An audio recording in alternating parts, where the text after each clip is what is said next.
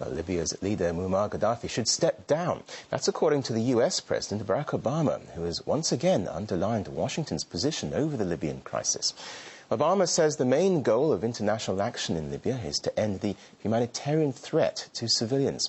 RT's Ganya Chichikan has more from the US. Here's the trick in President Obama's response. He said there is a division between the goals that the U.S. military now pursues, which, as he yet again underscored, is to enforce the UN resolution, and U.S. policies. He clearly said the U.S. policy there is Gaddafi needs to go. So again, he's saying it is not the goal of the military at the moment, but the overall policy is that Gaddafi must step down. That's definitely a very interesting rhetoric, diplomatically speaking, but there are still lots of questions as to the limits of the intervention. Will it be really enough for the coalition forces to just disarm Gaddafi, or is Gaddafi the target now? The Pentagon says no. In fact, the Defense Secretary Robert Gates said targeting Gaddafi goes beyond UN resolution on Libya, and the U.S. is determined to stick to the resolution. But the thing is that the wording of the resolution is basically all-inclusive, short of occupation. The fears are that the coalition forces could be going beyond the UN-authorized no-fly zone measures, which were designed to protect civilians. So the majority of Americans definitely do not cheer to the drums of war. But as my colleague Lauren Lister says, some here in America could actually benefit from the campaign. Take a look.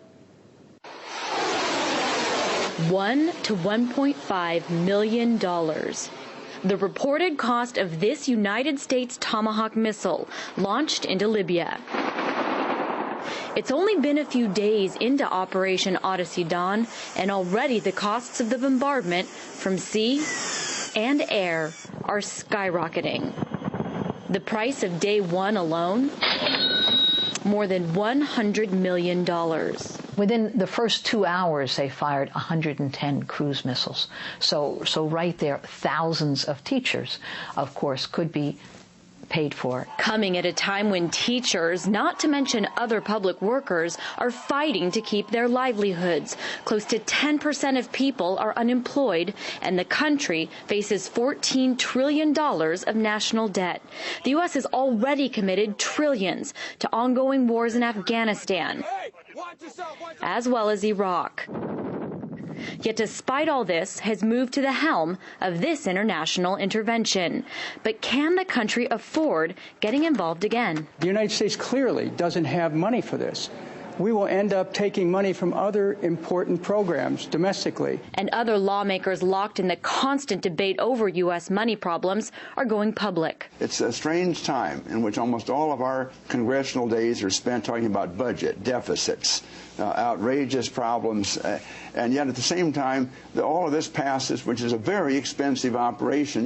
This mission was led by the United Nations, but quickly the United States has emerged at the forefront. So you have to wonder, with so many costs at stake, what is justifying this role for the U.S.?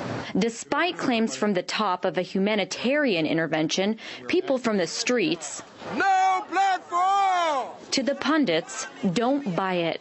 The U.S. mission is to keep Gaddafi from having any influence on oil price. Peak oil expert Michael Rupert says the real reason for the bloodshed all boils down to the 1.5 million barrels of oil a day coming from Libya, which the West simply cannot afford to lose. You can't take any supply out and not expect the price to go up dramatically for everybody on the planet. But not everyone's taking a hit in the pocket. Conflict is good for some of the most powerful U.S. corporations, military contractors.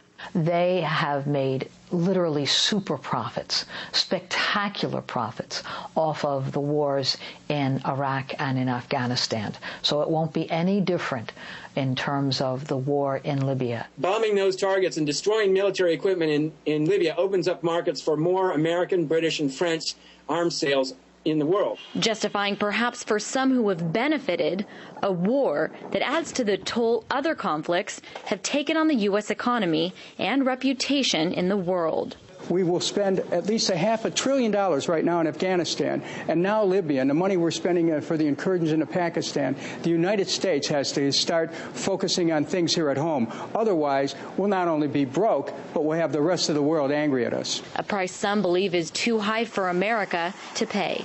Lauren Lister, RT, New York. Well, as the situation in Libya develops, the American military machine is the